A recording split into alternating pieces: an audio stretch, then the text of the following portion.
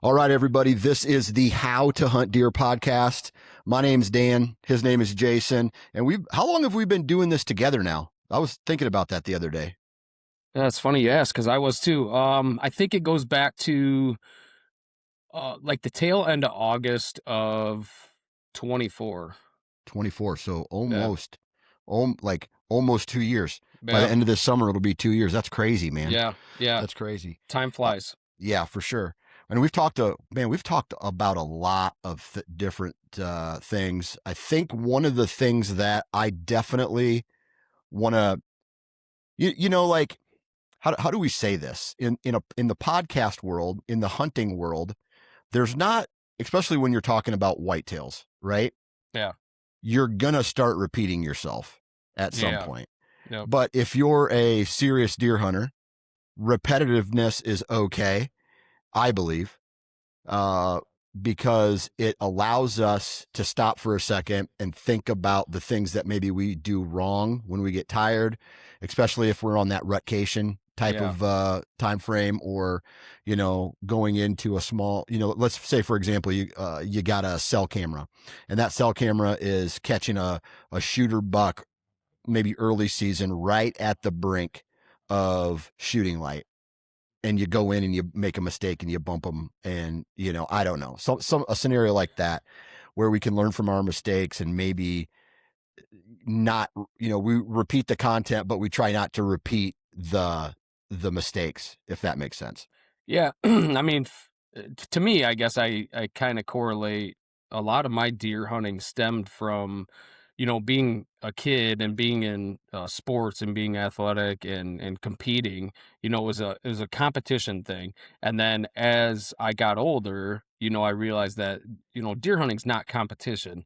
Uh, you obviously kind of want to be more successful every year, I guess. In your eyes, what is successful?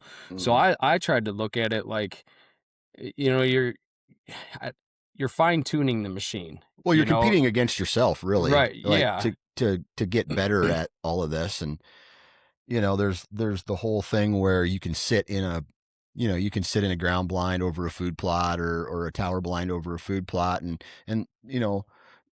that doesn't necessarily take a shit ton of skill to accomplish a strategy like that, unless you are trying to be like a habitat person, which requires, like we talked about last week, a whole different set of skills to acquire the knowledge to plan a better food plot, or know what trees to keep in or take out. And then again, you got the public land guys where, they have to know the land and know the terrain and know the access routes better than the next guy to try to get, if in fact your goal is a big buck or the biggest buck on a said property.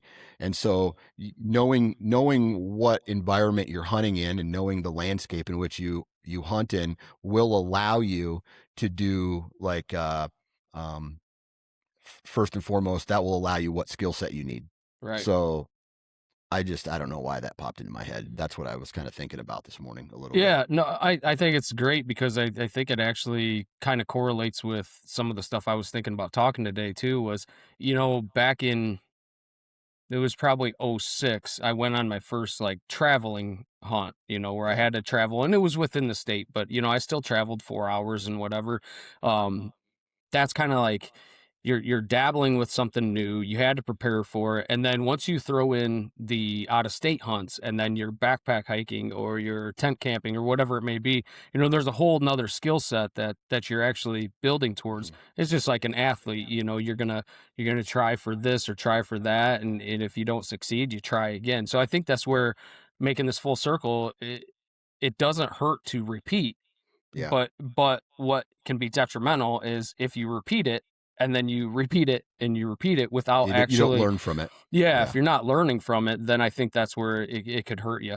And that's not to say that you or I have all the big buck killing secrets, because we don't, and I think each year that's what makes you more successful of a hunter, is when you're willing to keep your ear open. I listened to, well, actually, uh, go back several months. You had a podcast with Adam Hayes on the Nine Figure Chronicle, Oh, yeah. and one of the questions you'd asked him, was about his success and stuff. And what made him so successful over the years, and his comment was to that point, he never closed his ears. Basically, he was willing to listen to a lot of Yeah. people. Yeah. Um, For sure. and I think that goes hand in hand with, well, here's an example. My oldest bonus daughter, she's in track, and she's the one that was a 5-time gymnast, national champion and everything. Well, she's been into high jumping and track now for the last 2 years, and just last Thursday, she set the school record for high jump, Oh, um, wow. at 13 years old, and she broke a 27-year mark, and it's She's 13 and beat a high school record for yeah, high jump. well, for junior high, she Oh, broke the junior high. Okay. junior high, school record, and been a 27-year record, and it's phenomenal, like, watching somebody that's dedicated and Yeah. somebody that's willing to put in the time, the effort, and everything, and if you do that with the mindset of, "Hey, I wanna succeed here," versus, "I just wanna do this," or, "I just wanna play," because I watch some kids, some athletes, and they're just like, they're just there, they're just having fun, and, Yeah. it's to each their own, I mean, if my goal was a 200-inch deer, man, I gotta get my game on because I haven't Yeah. been doing that for almost 25, 30 years of hunting. Yeah. You know what I mean? I've just been Right. hunting and enjoying it. Yes, I feel like I've gotten better, and I feel like I could give some knowledge, but I'm not a 200-inch deer killer every year, so Yeah. Yeah. I have a couple questions that I want to spin off of this. Um, that might have a couple hot takes that come with it. But with that said, we do have to send a huge shout out to our partner at Code Blue Sense. Code Blue has been supporting the How to Hunt Deer podcast for just about a year now. And so we're very thankful that we have them as a partner.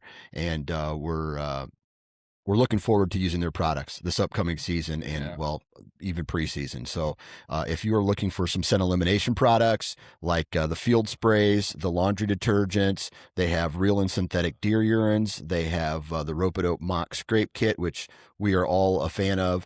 And we're really looking forward to getting those products back into our daily routine in the upcoming months. So go check out codebluesense.com, discount code HTH20 for 20% off. All right.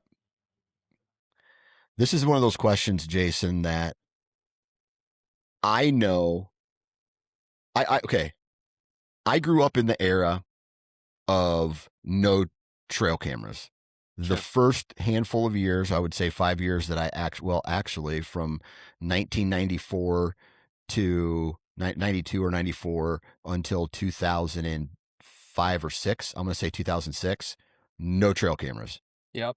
I had to go out and read through North American Whitetail or Outdoor Life or Field and Stream, or listen to other hunters at the bow shop um, talk about what does it mean when I find a big rub, or like I'm just this whippersnapper basically asking these guys these questions, and then I start to hang out with some serious big deer killers, or guys who are very educated. And I'll tell you a guy. His name's Sam Calora. Yep. The dude has killed 4 200-inch deer. Okay, he's like that whisperer type guy, right? Where he's just like, he can taste the air like a big buck can, and he knows when to get into the timber. He's just that guy, Yeah. right? Um, he lives, or he's a deer.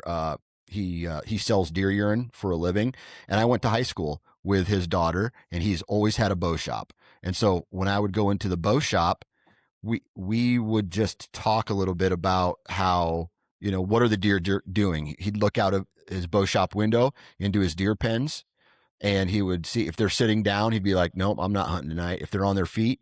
So he had this like barometer, this deer barometer, where he became very educated through being around deer his whole life, to know when to go into the timber, when to stay out. If the deer are on their feet, then I'm going out. If the deer are down, bedded, then I'm not going out.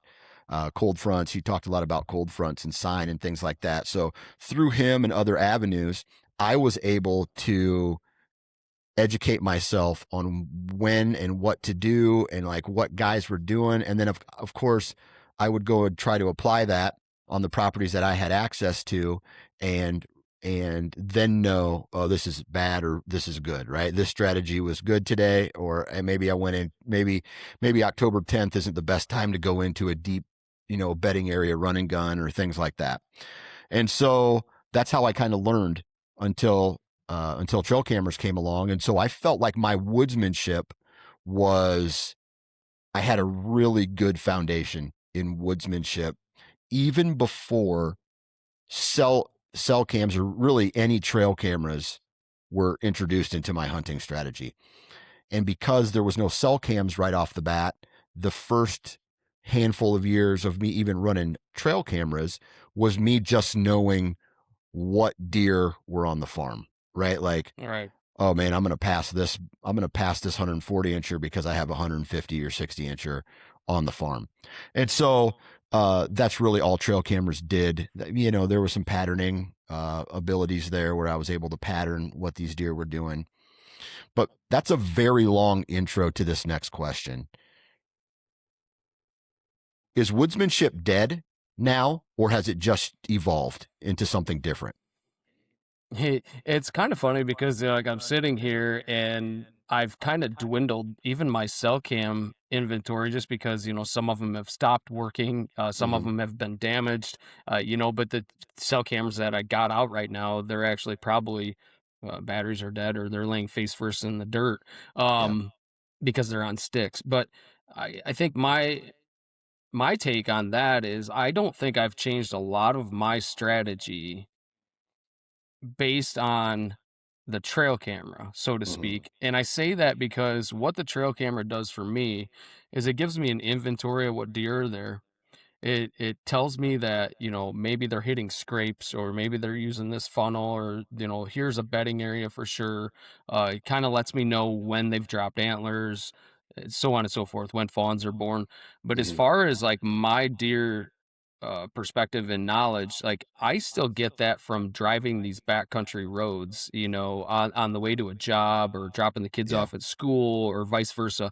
I do a lot of from the car, Yeah. viewing. And it's funny because like my kids, or all the kids and even my wife, we'll take these drives and I'm like, yeah, I remember 20, 25 years ago, I used to drive this road and these fields were loaded with deer. And now Yeah. we drive these roads and these fields don't have the deer, but then we'll look across the landscape and we're like, oh, well, there's 10 fence rows that were taken out, or, there's a subdivision built or whatever, so I think for me, the woodsmanship didn't start there. The woodsmanship started when I was, we'd drive around and I'd find a spot, I'd get permission, and then I just boots to the ground, Yeah. and then I would apply the trail camera. Yeah. I go back to the same about as you. When I started, I didn't have trail cameras, but when I got onto the trail cameras, it was 35 millimeter film. It was a great big box with one of those big square batteries, and Yeah. um, you have to go pull the film out of it and go get it developed, and that was exciting. I like to see what was on it. A lot of times, it was one picture of an animal Yeah. and you spent 6 $7 on that developing. But for me, I don't think my woodsmanship's dead, but for the new hunter, man, it's so much like everything else. Yeah. We as Americans are on demand. We want it now. We want instant results. We Yeah. want the satisfaction and the gratification. Yeah. So I really think that maybe yes, to some extent, the woodsmanship is dead. I think there's more technology that plays a role in it, which balances that curve out to where you can use cell cameras, you can use mapping software, you can share pins with each other, and I think it just lessens the amount of effort that has to go into it. Yeah. Yeah. It is very, very, um, I don't even know what the word is. It's complicated. Like, dude, cell cams are amazing pieces. It's an amazing tool.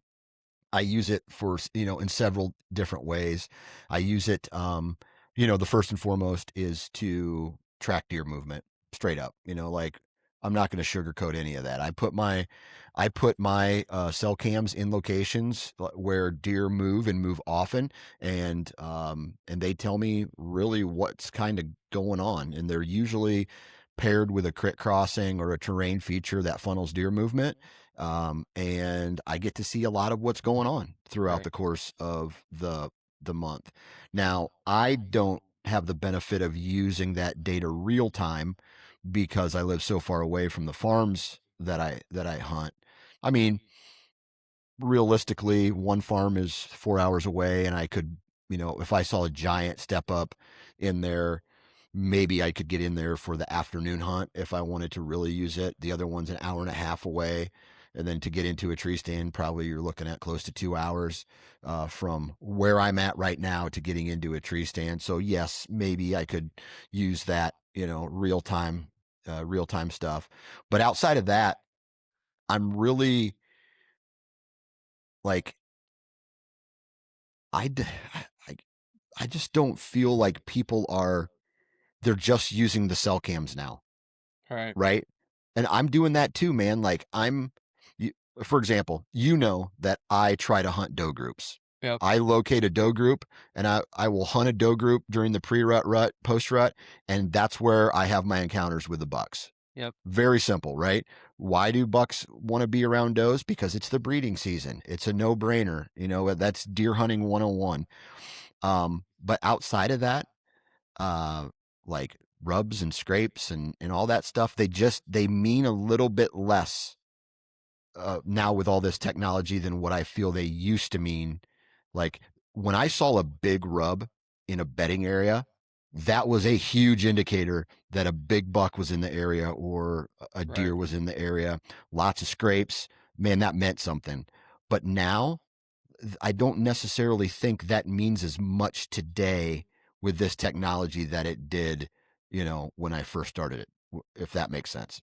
Oh, well, 100%. I mean, I think for me, I was just looking here, sitting on my desk as, a cell cam. Yeah. And this cell cam's been sitting on my desk because I actually used it for security purposes, Yep. when we were having the house worked on.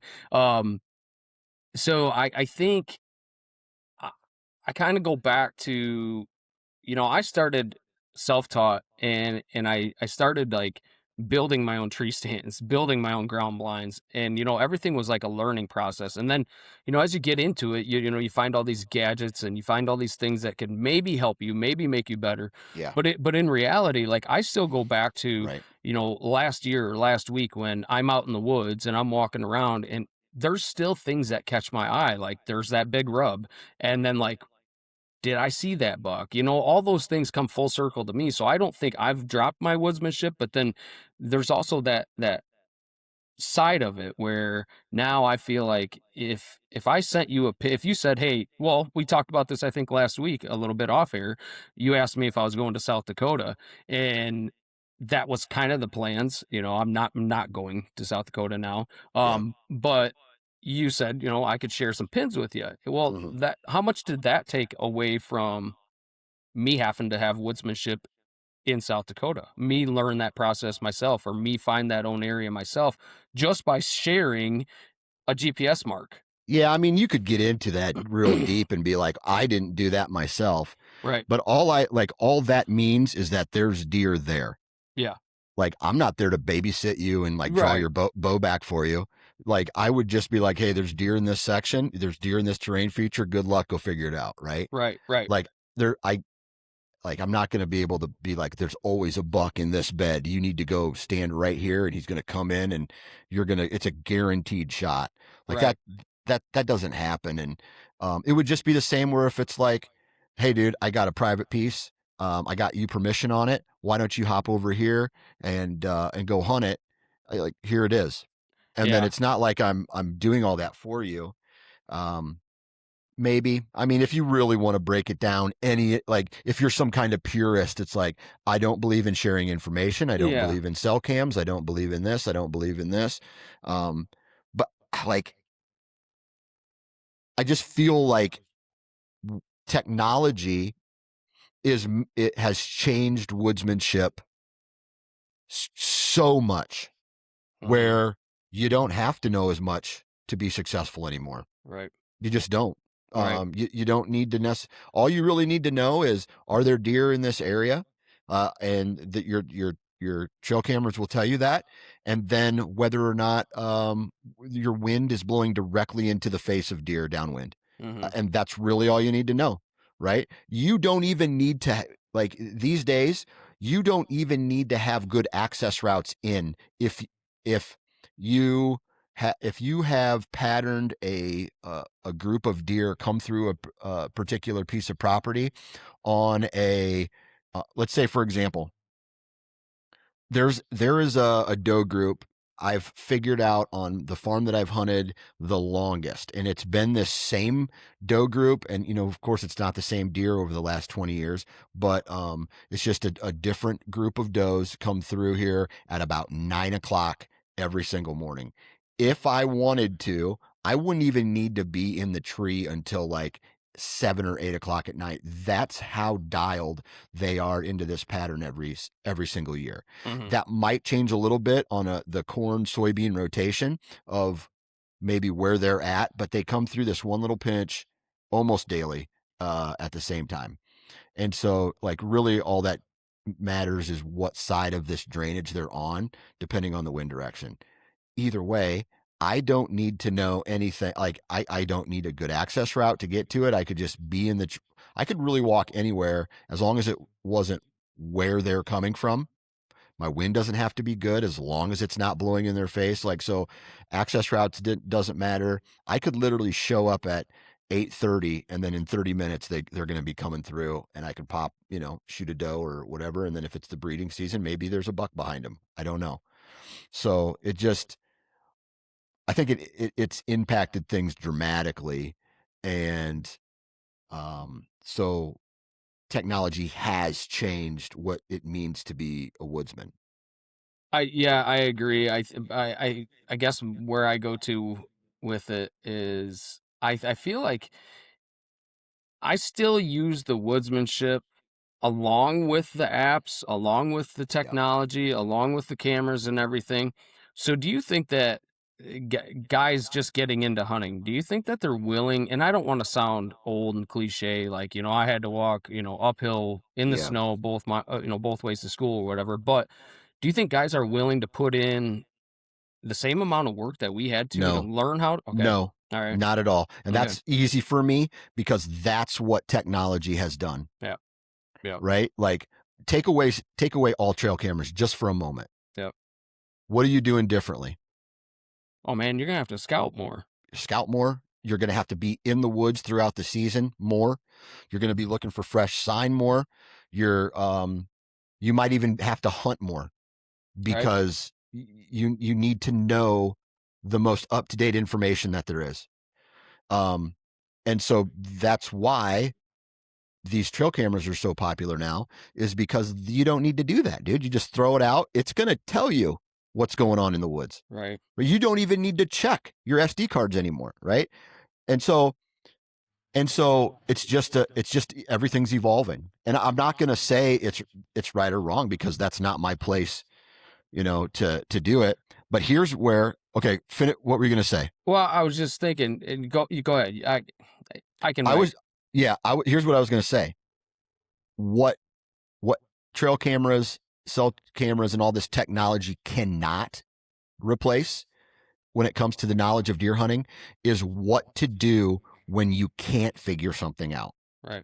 Right. So, like, when, for example, dude, all of a sudden a group of dogs have come through and they've busted up, or another hunter maybe shot a deer on a different farm. It popped over, and I see guys on my cell cams like, what's going on here?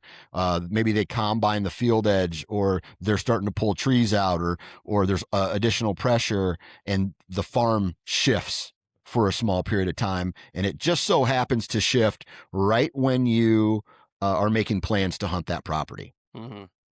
Well, now what?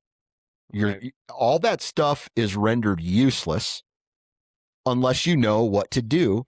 Now I have to go find a different terrain feature to sit in. Maybe you move your trail cameras. Maybe you got to go do some scouting for some fresh sign, or find a terrain pinch, or something like that. And the only way you'll know what to look for is if you've seen deer move through these types of environments before, and then you can use those principles in a new area, Mhm. right? That Right. in fact is woodsmanship to the best of to the best description that I feel. Well, I was so that's kind of a couple part question, and you kind of Yeah. answer some of it with what you said. So if you were going to wipe away technology and cell cameras and mapping and all that, Mm. if you were going to give someone the one piece of advice for learning how to hunt, what would it be? What would be the Dude, most crucial thing? you want to know what I did when I first started hunting?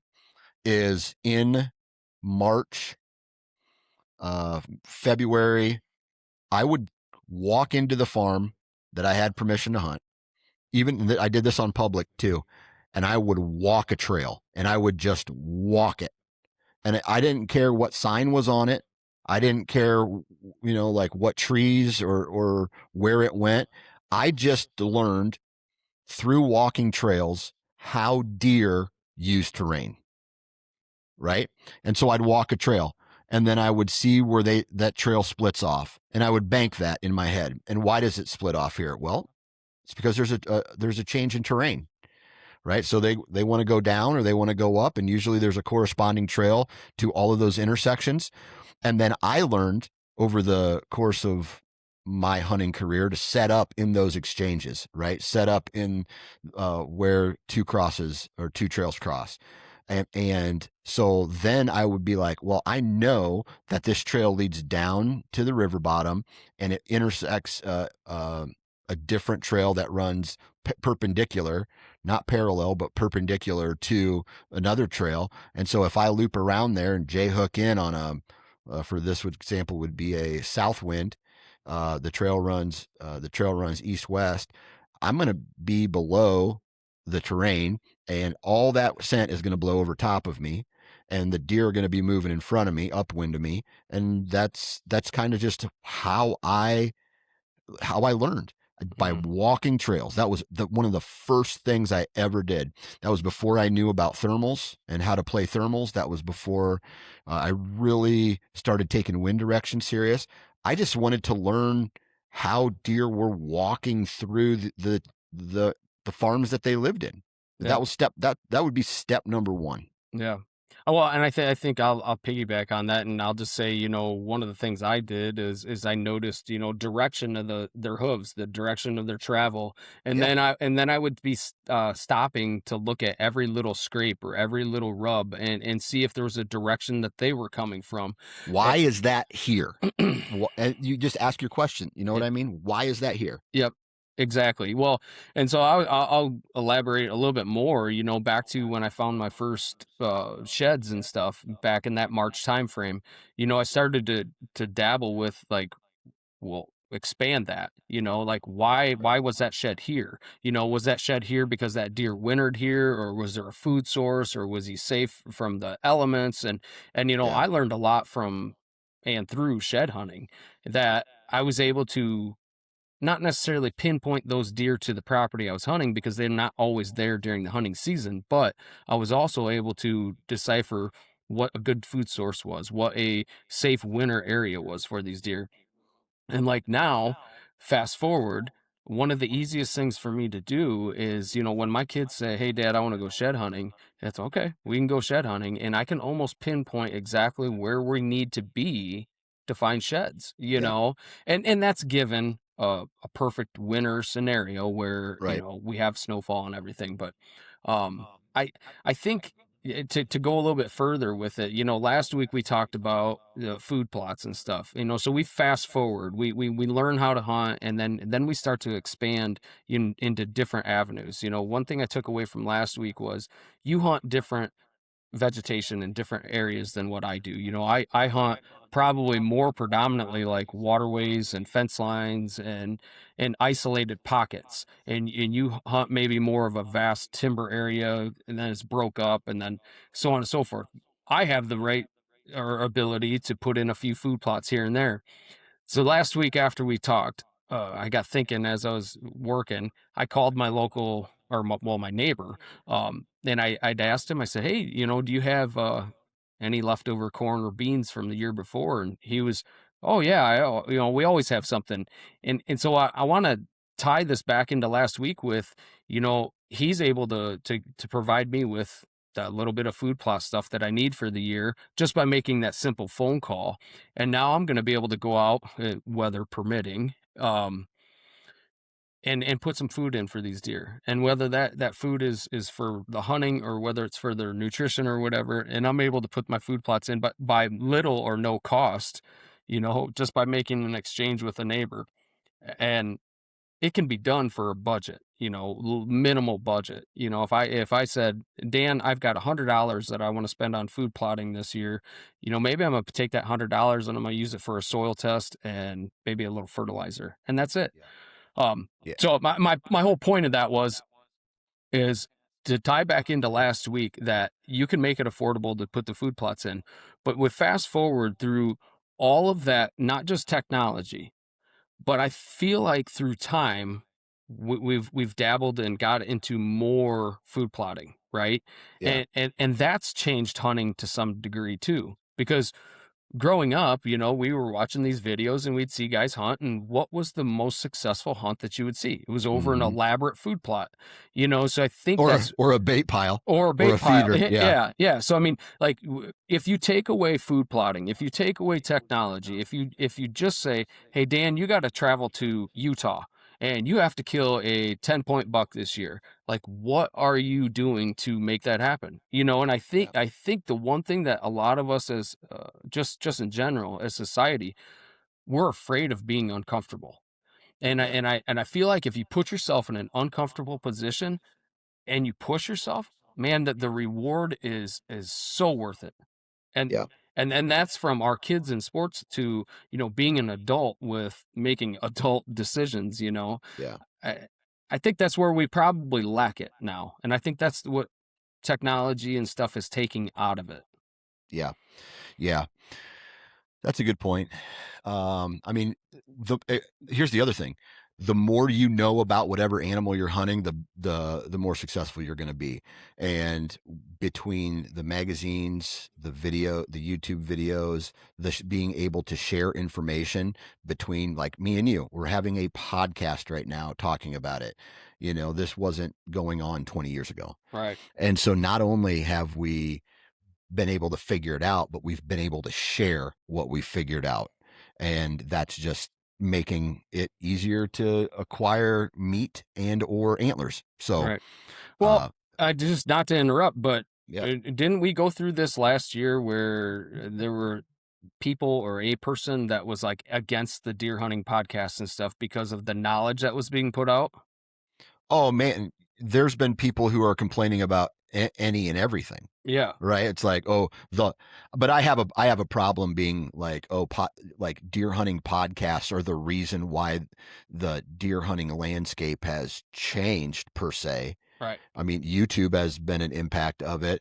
Magazines, I mean, that's where I learned all my stuff was Right. from North American Whitetail and reading articles, and uh, all Outdoor Life, Field and Stream, like the five tips to have your best rut yet type articles, and then Right. you get to see the videos, and they're like, well, we're here on this ridge on this wind, and the thermals are doing this, and then it kind of clicks with you, and it's like, oh man, maybe I'll try that. Right. It's just everything's escalated to a faster pace because of technology today. and Yeah. and like after this is going to launch on Wednesday. We're recording this on a Monday, and with a couple clicks of a button, I'm going to be able to share this podcast with everybody. Yeah. So technology has impacted, yes, how deer hunting is done in 2026, but I don't know.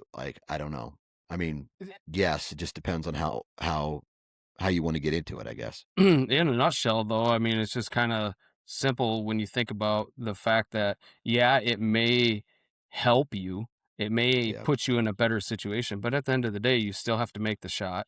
You still have Right. to put in practice, and you still have to play the wind Right. right, and know that deer are there. Yeah, yeah, I don't know. I think technology can be great. I think it could be detrimental, but I think what it is, it's a mindset of people that instant results, instant satisfaction, through all of it, and that's not just deer hunting. It's sports. It's money, it's jobs, it's houses, you name it. Everybody wants everything snapping the finger and here we go. But Yeah. I think if you really want to enjoy something, you have to start at the bottom of the barrel and learn it from inside out or outside in and just and know like, hey, this is my investment, this is my time, this is my hobby, and Yeah. that's how I took it, Yeah. and now I get to sit back and I get to share all these stories, with my kids or friends, or I Right. get to talk about, well, like, I can sit here and look at all these deer on the wall or all these sheds, and I can remember exactly what I was doing, where I was at, where I found it, what the weather was, and to me that's just, it's so different than, oh, I turn my app on and I see, oh, hey, walk through at 10 o'clock, versus like back in the day, I didn't know what deer walked through at 10 o'clock. I had to be there at 10 o'clock. But, Yeah. um, Fact. Fact. so the weather, let's go to the weather here. All right. Did you, Go to did you, weather. did you have a crazy week? I mean, yeah, we had tornadoes and hail, and my truck got absolutely demolished. And Really? I mean, it. When I say demolished, there's no, I couldn't see any damage, but I was freaking out. Like I was going to have to. I'm sitting. We just got done with like the batting cages with my youngest boy, and there's like quarter size hail just crushing my truck. And I don't think it did any damage, but yes, we've had a lot of rain, a lot of heavy rain really quickly, and now this week for the next handful of days seems to be pretty mild with some really cool temperature, like really good temperatures, and like just that beautiful spring type environment. Yeah, yeah, same here. I think we had, I don't know, 3 to a half a dozen tornado warnings, and we were in the basement a few times and stuff, and we got plenty of rain. So I mean, we've needed the rain for several years, and we probably brought that moisture back up, and fast forwarding, hopefully we can get a little dry spell here and do some habitat, work where we can get some food plots in and stuff. I mean, obviously we've talked about it before too. Moisture is going to help antler development. Yes, the right moisture at the right time. Right. Now here's what I've seen, and this was before we started this podcast working it together, but I would say, what was it, 5 years ago? Was it about 5 years ago? Maybe 7 years ago? Um, we got a wet spring just like this. And I think the last time it rained was the mid-May.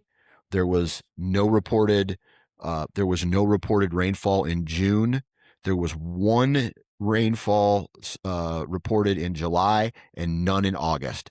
And so the corn was rolling in on itself. The timber was just dry. Like the vegetation was way down. And so it's great.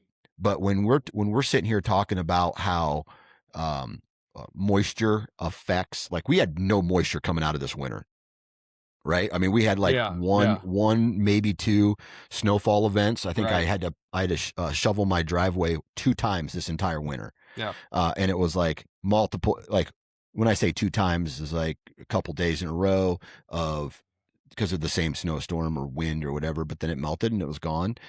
And so this rain is good, but it needs to be consistent to really impact antler, in my opinion, antler development. So like we need there to be some rain in May. We need there to be more rain in July and June and even into August to really finish these deer and actually give them the vegetation and the water that they need to grow a big rack. yeah.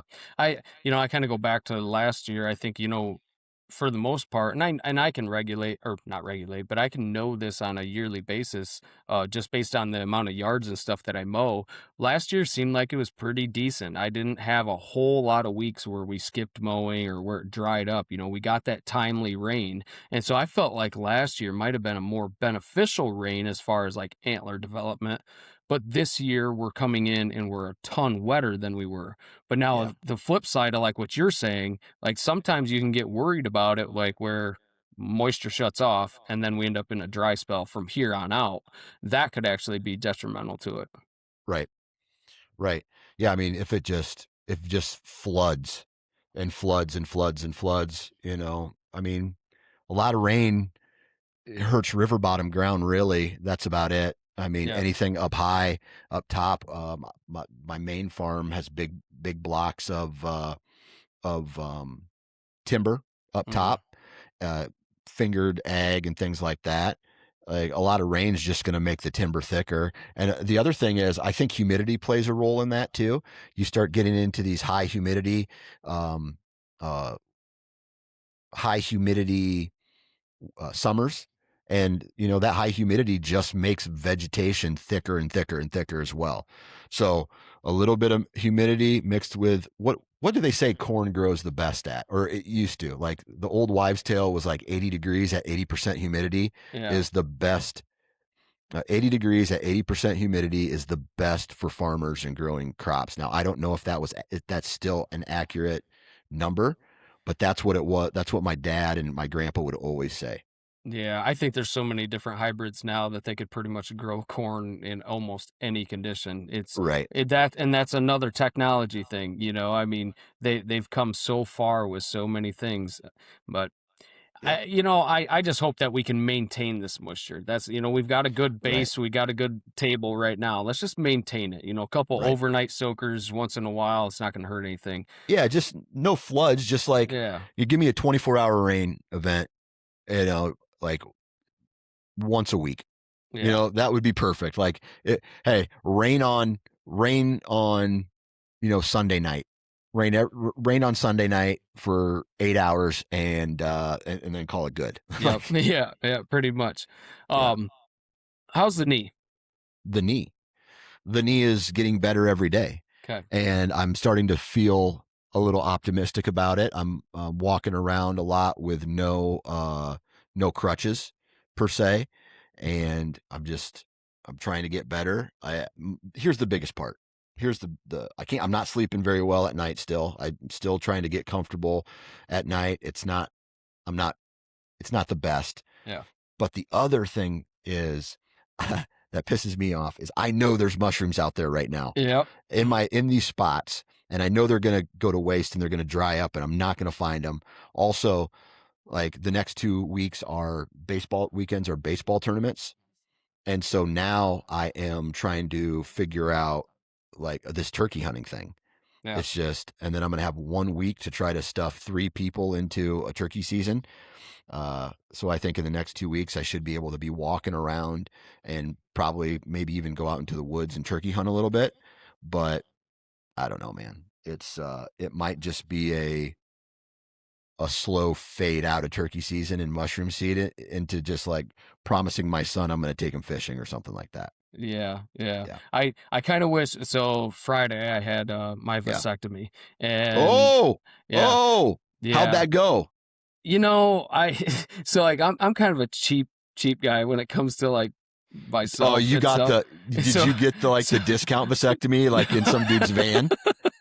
No, no, so, like, I scheduled this, a couple months ago, and I'm just like, "Okay, hopefully I can fit it in with work and still do, work things." Well, I get there, and I know I'd paid, I don't know, $150 for to schedule the appointment, and then I get there, and they're like, "Do you want the gas?" And I'm like, "I don't know." I mean, they're like, "Well, it's $150." And I'm like, Yeah. "No, I don't want the gas.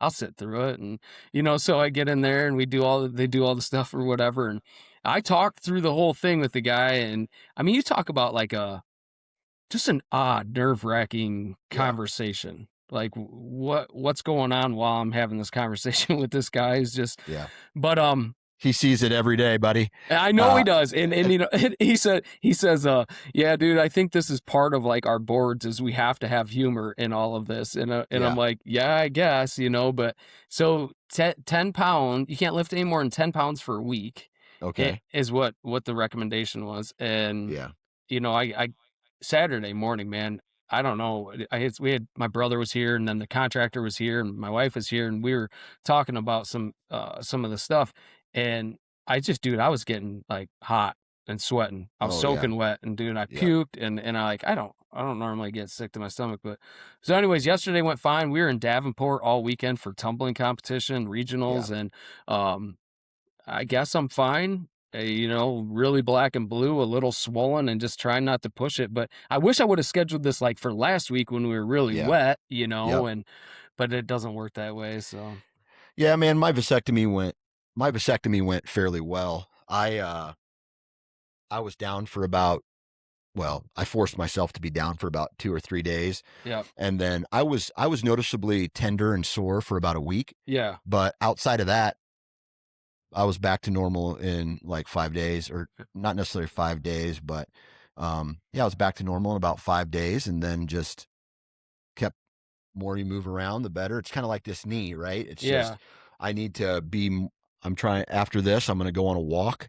I'm gonna get my steps in, and, I'm just really gonna try to be as mobile as possible. Now that the pain is kinda going away, I'm left with this tightness, and I've noticed that the more I heat it, my quad, and the more I move around, the better I feel, and there's that.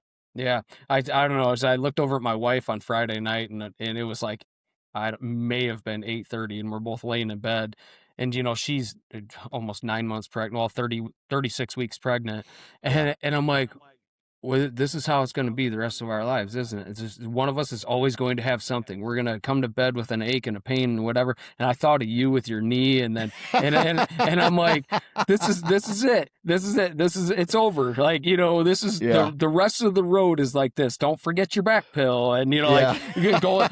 you got your little pill box and everything. Don't forget Make sure you're Sunday. eating enough fiber. Right, right. And I'm just like, I look at her and I'm like, that's it. I'm going to bed, and then Yeah. she falls asleep. I'm snoring, and then I'm still watching that. She's like, "You're snoring." I'm like, whatever, and you just like have this in your mind, like, Yeah. well, you've made it to this point in life where I mean, I don't want to say it's all downhill, but Don't let it soak in because it's not yeah, all downhill. Dude, no, I'm telling you right now, one thing that this knee surgery has made me appreciate is the fact of how good my life actually is. right, Um, Once I had this knee surgery, I had to stop, but the rest of life did not stop for me, yeah, right? My kids still had activities. My wife still had to work. Like, she had to pick up the slack, and she had to really take care of the household when I couldn't, right? And I'm slowly getting back into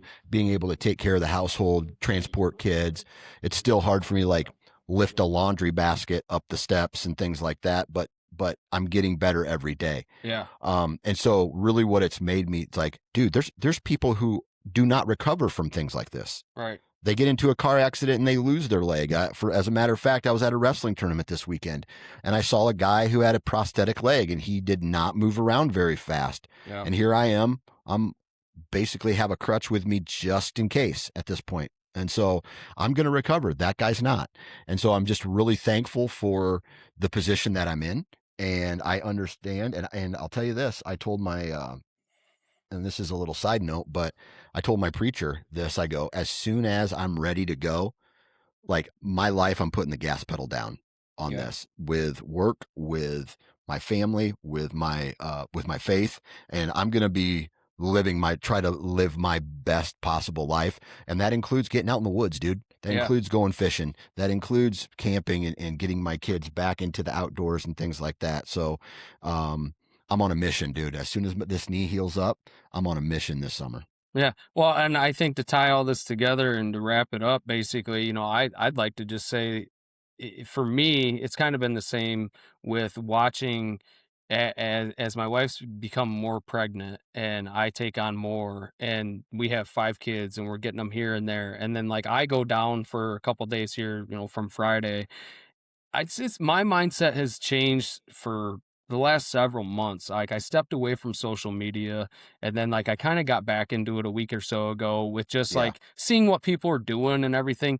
But I think my goal for me personally is to go out in the woods, Mhm. put the technology and the phone away for a little bit and just soak it in. Yeah. And if my mindset is there in the woods, I'd like to use that same mentality in every day. Right. Maybe spend less time. Do you go to these events, you go to wrestling tournaments, you go to football games, softball games, whatever, and look around once. I mean, how many people are buried in their phone, you know? Oh, yeah.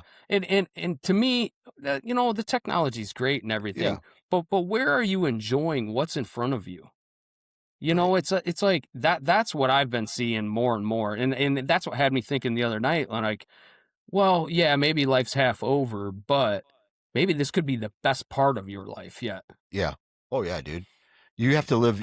This is not deer hunting related, but you got to live. You got to live your life to the fullest every single day, Sure. because tomorrow you're dead. Yeah. You could be dead, right? Yep. So why not? Why not live life in the best positive attitude that you possibly can, and understand that if you're living in shit mentally and physically, there's a way out, dude. Like Yeah. there's a way to get happy, and it's a mindset change, right? And so that's what I'm doing. Like I had my physical therapist says at the end of 6 weeks, we need you to be at like 125 degrees of bend in your knee.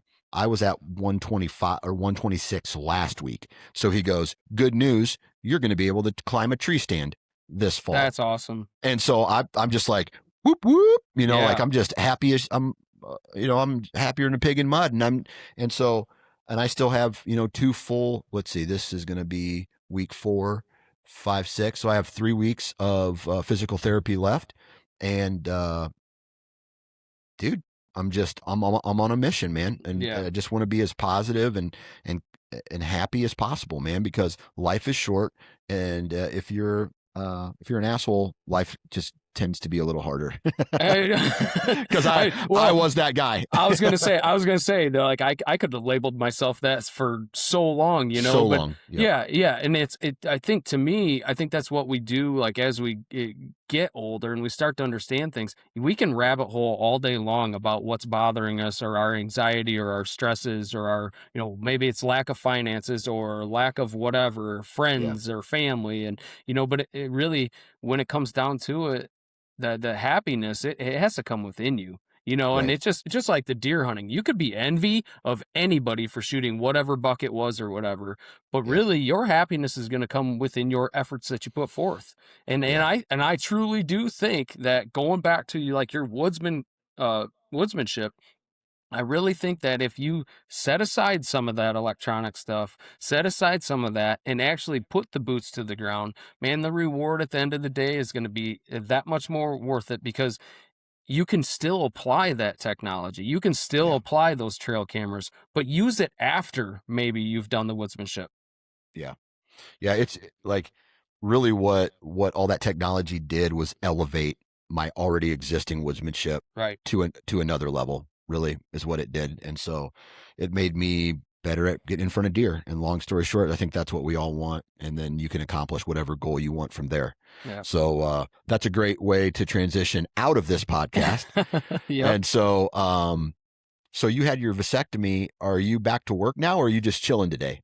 Well, so yesterday and Saturday was pretty chill. I was just sitting in bleachers most of the time and then Yeah. driving. But today I got a list of like estimates I got to write up, and then I'm gonna Okay. try to mow our yard, and we're You gonna see. got some good suspension on that mower, dog? Yeah, no, I do. And then we talked about it. We got, some of those ice heat packs, that are real Oh, yeah. soft. I'm just gonna kind of, put a Tuck pillow them in in. that, tuck them in, Yeah, yeah, tuck tuck them them in, in keep real them nice. tight. Yep. You read through like your list, and they're like, you want a jock strap or compression shorts, but then you want loose fitting clothes, and I'm Yeah. looking at it like, what are you talking about?